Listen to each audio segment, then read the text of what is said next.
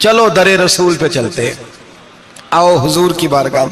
کہتے ہیں نبی پاک کی بارگاہ میں آئے، حضور نے چہرے دیکھے، کریم سے مسئلہ نہیں پوچھنا پڑا۔ میرے مصطفیٰ کریم نے فرمایا بھوک لگی ہوئی ہے تم تینوں کو؟ 3-4 دن ہو گئے؟ اللہ کے رسول نے فرمایا مجھے پورا ہفتہ ہو گیا ہے۔ سبب کچھ اور ہے جس کو تو خود سمجھتا ہے۔ زوال بندہ مومن کا بے زری سے نہیں، بھوک نقصان کا وجہ نہیں بنی، وجہ کوئی اور بنی ہے۔ رشوتیں جو بازار گرم ہوئے ہیں لوٹ مار کے، یہ روٹی کے لیے نہیں، یہ زیادہ کھانے کے لیے، یہ بینک بیلنس کے لیے گرم ہے۔ یہ لوٹ مار کا مقصد کوٹھیاں بنانا ہے، روٹی کا تو رب کریم کا وعدہ ہے۔ جو روز روتا ہے شام کو کہ میرا کاروبار کوئی نہیں، اصل میں کہتا ہے بنگلہ کوئی نہیں، اصل میں کہتا ہے کار کوئی نہیں، پجارو کوئی نہیں، روٹی تو اللہ عطا فرماتا ہے، اس کا وعدہ ہے۔ فرمایا حضور نے 3 دن بیت گئے، چلو۔ میرا بے تکلف صحابی ہے ابو الحسن انصاری، وہ بڑے نصیب والے ہوتے ہیں جن کو میرے نبی پاک خود کہتے تھے کہ تیری فلانی ذمہ داری ہے۔ اس زمانے کا تو کسی کو کہہ دیا جائے یہ تیری ذمہ داری ہے تو کہتا ہے یہ تو پھٹیکے ڈالنے لگ گیا ہے، یہاں سے تو چھٹی کر جانی چاہیے۔ خوش ہوتے تھے صحابہ کہ ہماری ذمہ داری لگی۔ کہتے ہیں حضرت ابو الحسن انصاری کے گھر گئے، نبی پاک نے فرمایا بھوک بڑی لگی ہے، کھانا لا۔ کہتے ہیں حضور نے اسے کہا تو اس آدمی کو تو وجد ہی ہو گیا، اس نے کہا میرے اتنے نصیب کہ حضور کا یہ کھانا کھلا۔ آؤ دیکھو دنیا والو، آج جو سب سے زیادہ عزت والا ہے وہ میرا مہمان بنا ہوا ہے۔ فرماتے ہیں وہ دوڑے گئے، بکری اٹھائی، ذبح کی، بیوی کو کہنے لگے روٹی تیار کر، ادھر کھجوریں توڑی، انگور توڑے، کہنے لگے حضور آپ جب تک تناول کریں تب تک کھانا پک جاتا ہے۔ حضرت عمر کہتے ہیں روٹی پک کے آئی، بڑا پیارا گوشت، بڑا اچھا سالن، بڑا خوبصورت خلوص والا کھانا۔ فرماتے ہیں میں نے بڑا ہی کھایا۔ نبی پاک نے نہ ایک روٹی لی اور چھوٹی چپاتی، تھوڑا تھوڑا سالن کونوں سے، اور جب نبی پاک نے کھا لیا تو حضور کی آنکھوں میں آنسو آئے۔ حضرت عمر کہنے لگے حضور روئے کیوں؟ نبی پاک نے فرمایا سوچتا ہوں 7 دن کے فاقے کے بعد کھایا ہے، پر ڈرتا ہوں رب اس کا حساب پوچھے گا تو جواب کیسے دینا ہے، اس کا حساب بھی تو دینا ہے نا جو کھایا ہے۔ تو حضرت عمر فاروق کے ہاتھ میں کچھ چیز تھی، زور سے زمین پہ ماری، کہا محبوبہ 7 دن کے بعد بھی روٹی کھائے تو حساب دینا ہے۔ نبی پاک فرمانے لگے عمر وہ مالک ہے نا، تو جب دیتا ہے تو حساب نہیں لے سکتا، حساب تو دینا ہے، حساب تو دینا ہے، تیاری رکھو۔ صحابہ کرام فرماتے ہم نے ارادہ کیا کہ آج کے بعد ہم پھر فاقے کریں گے، کم کھائیں گے، اس لیے کہ حساب دینا ہے۔ میرے بھائی وہ فاقہ کشی کرتے تھے، ڈرتے تھے۔ یہاں تو لوگ کھا کے بیمار ہیں، کھاتے جا رہے ہیں، سوتے جا رہے ہیں، کھاتے جا رہے ہیں، سوتے جا رہے ہیں۔ یہ بھی وقت آئے گا رمضان شریف کا، سویرے درس پہ آؤ کہتے نیند بڑی آتی ہے، سویرے 2 سپارے پڑھ کے سویا کرو کہتے صاحب نیند بڑی آتی ہے، فجر کے بعد ہی تو وقت ہوتا ہے اللہ اللہ کرنے کا، سحری کا، کھاتے جا رہے ہیں، سوتے۔ لوگ جماعت سے نماز نہیں پڑھتے، سو جاتے، جماعت کا ثواب چھوڑ کے سو جائیں گے۔ بھائی رمضان مبارک میں فاقہ کشی کی ٹریننگ ہوتی ہے، فاقہ کشی کی تربیت لے، رمضان میں روکے اپنے آپ کو، تربیت ہوگی۔ اور ہمارے صوفیاء فرماتے ہیں جو زیادہ کھاتا ہے اس کا نفس اس کو زیادہ پہ مائل کرتا ہے، خواہشات نفس پیدا ہوتی ہیں۔ میرے نبی پاک علیہ السلام نے جوانوں کو حکم دیا ہے یا معاشر الشباب، او جوانوں، یا رسول اللہ کیا حکم ہے؟ فرمایا یا نکاح کر لو اگر طاقت ہے، نہیں طاقت تو روزے رکھو۔ حضور روزے سے کیا ہوگا؟ فرمایا تمہارا نفس کچلا جائے گا، شیطان وسوسہ اندوزی نہیں کرے گا۔ آج نوجوان بڑھ بڑھ کے کھاتا ہے، بہت زیادہ کھاتا ہے، کبھی اس ہوٹل سے کھاتا ہے، کبھی اس ہوٹل سے کھاتا ہے۔ اتنا زیادہ کھائیں گے تو نفسانی قوتیں اچھل کر کے آئیں گی، مشکل ہو جائے گا۔ شادیاں دیر سے ہوتی ہیں، ماں باپ آنکھیں بند کر کے بیٹھے ہوئے ہیں۔ اگر ماں باپ کی ذمہ داری ہو اور ماں باپ نکاح نہ کرے تو نبی پاک نے فرمایا بچے گناہ کریں گے تو جتنا گناہ بچے کو اتنا باپ کو بھی ہوگا۔ تو ماں باپ چپ ہیں، دوسرا شادی مشکل بڑی ہے، مہنگی بڑی، اور تیسرا نہیں کر رہے کچھ لوگ تو روزے بھی نہیں رکھ رہے۔ تو رمضان ان کے لیے بھی وقت ہے، نفسانی قوتیں کچلی جائیں گی، کھانا جتنا کم کھایا جائے گا اتنا وجود کے اندر نفسانی خواہشات کم پیدا ہوں گی۔ تو رمضان تو پریکٹس ہے مجاہدے کی، دین کی۔ اور دوسرا میرے حبیب پاک صلی اللہ علیہ وسلم نے فرمایا ہے، حضور فرماتے ہیں کہ رمضان اور قرآن کا آپس میں رشتہ ہے۔ قرآن پاک کتنا پڑھنا چاہیے روزانہ؟ زیادہ سے اللہ جزا دے، امید ہے آپ زیادہ سے زیادہ ہی پڑھتے ہوں گے۔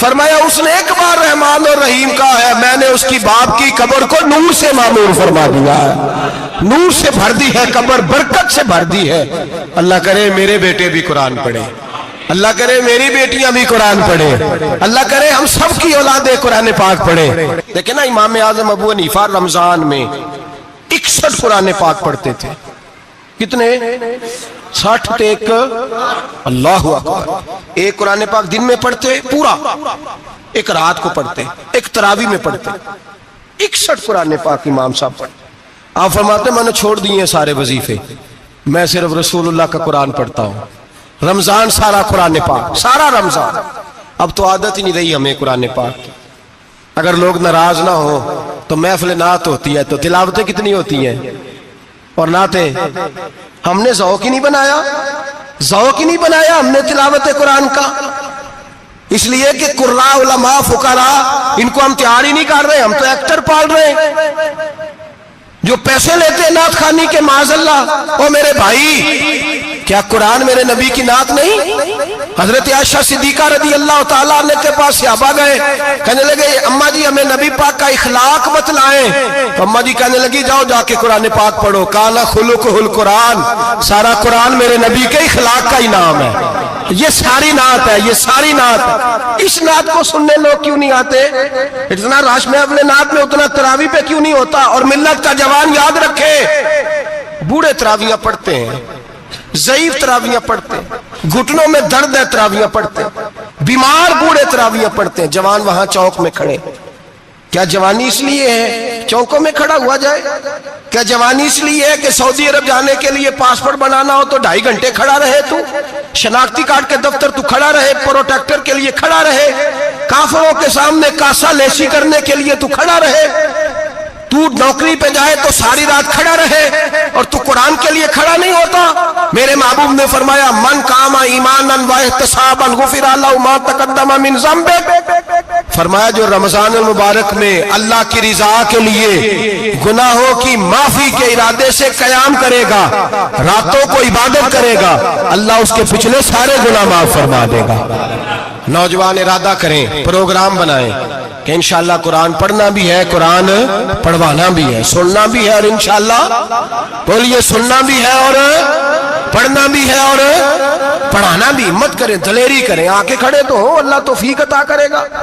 پہلی بات یہ کہ روزہ رکھیں، دوسری بات یہ کہ قرآن پاک کی تلاوت کریں، اور روزہ رکھیں تو روزے کے سارے حسن سمیت اسے رکھیں۔ نبی پاک نے فرمایا رمضان غمخاری کا مہینہ ہے، غمخاری کریں۔ ہمارے زمانے میں 2 قسم کی تکلیفیں ہیں۔ ایک تو غریب آدمی، اس کا حال یہ ہے کہ وہ مانگتے ہی گزارا کرنا چاہتا ہے، اس نے ہاتھ یوں کر لیا ہے تو اب اس کا یوں ہونے کو تیار نہیں۔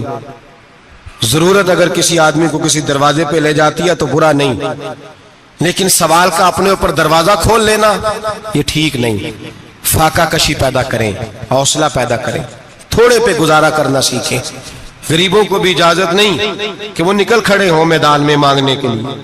ٹولیاں نکلتی ہیں رمضان میں، جتھے نکلتے ہیں خیرات کٹھی کرنے والے۔ بچیں، میرے نبی پاک صلی اللہ علیہ وسلم نے فرمایا جس نے بغیر ضرورت کے سوال کیا، جب قیامت کے دن آئے گا تو اس کے چہرے کے اوپر گوشت نہیں ہوگا، صرف ڈھانچہ ہی ہوگا۔ اتنی بھیانک صورت میں آئے، بغیر اشد ضرورت کے سوال نہ کر، کبھی سوال نہ کر۔ اور امیروں سے گزارش ہے کہ رمضان ہمدردی کا مہینہ ہے، ہمدردی کریں تو سامنے والے کی عزت کا بھی خیال کریں۔ یہ بات درست ہے کہ غریب سیاڑا نہیں ہوتا، اس لیے کہ جس کی جیب میں پیسے نہیں ہوتے بھائی اسے عقل بھی نہیں ہوتی، جس کے گھر کار نہیں ہوتی اسے چلانے کا طریقہ، جس کے گھر اوون نہیں ہوتا اسے چلانے کا طریقہ بھی نہیں آتا، جس کے گھر میں چیزیں ہوتی ہیں اسے چلانا بھی آ جاتا ہے، جدے گھر دانے اودے کملے بھی اس کے سیانے ہو جاتے ہیں۔ تو چودھری صاحب، سیٹھ صاحب، نواب صاحب آٹا تقسیم کرتے ہیں، کھڑے ہو کے فوٹو کھچاتے ہیں، فیس بک پہ دیتے ہیں، اور ایک آٹے کا تھیلا اور 10 اخباروں میں فوٹو۔ اللہ سے ڈریں، رمضان ہمدردی کا مہینہ، ہمدردی کا۔ غریب کو دیں تو اس کی عزت کو رسوا نہ کریں، میرے نبی پاک علیہ السلام کے صحابی حضرت عبداللہ ابن عمر رضی اللہ تعالیٰ عنہ ڈھونڈ کے لاتے تھے مسکینوں کو، ڈھونڈ کے، اور جب لاتے تھے تو اپنے دسترخوان پر بٹھا کر اپنے ساتھ افطاری کرایا کرتے تھے. اور پھر فرمایا اللہ تعالیٰ نے لن تنالوا البر حتی تنفقوا مما تحبون، اللہ کے راستے میں وہ چیز دینی ہے جو تمہیں زیادہ پیاری ہو. کون سی چیز جو تمہیں؟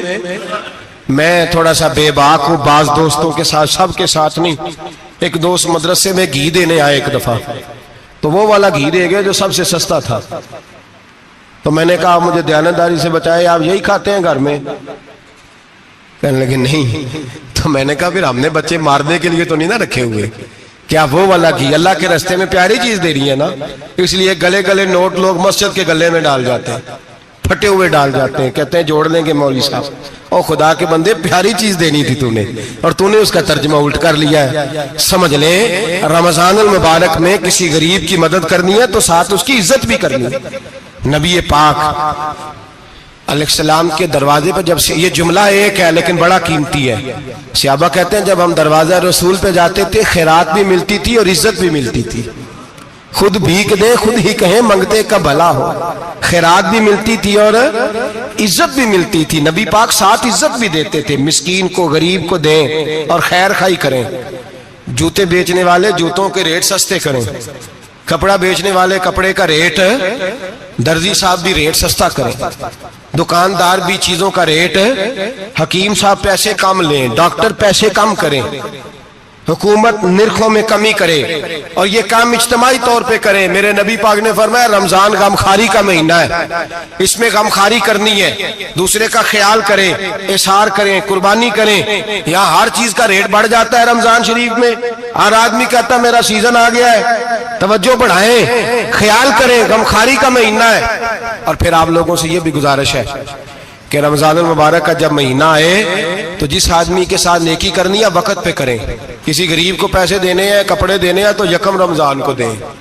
میں اکثر دوستوں سے پوچھتا ہوں، میں کہتا ہوں قاری صاحب نو جوڑا کدو دیندے ہو؟ کہندے ستیویں والے دن. میں کہ مینوں لگ گئی سمجھ، تہاڈی سازش ہے کہ جڑے سواں کے پاہ نہ لوے.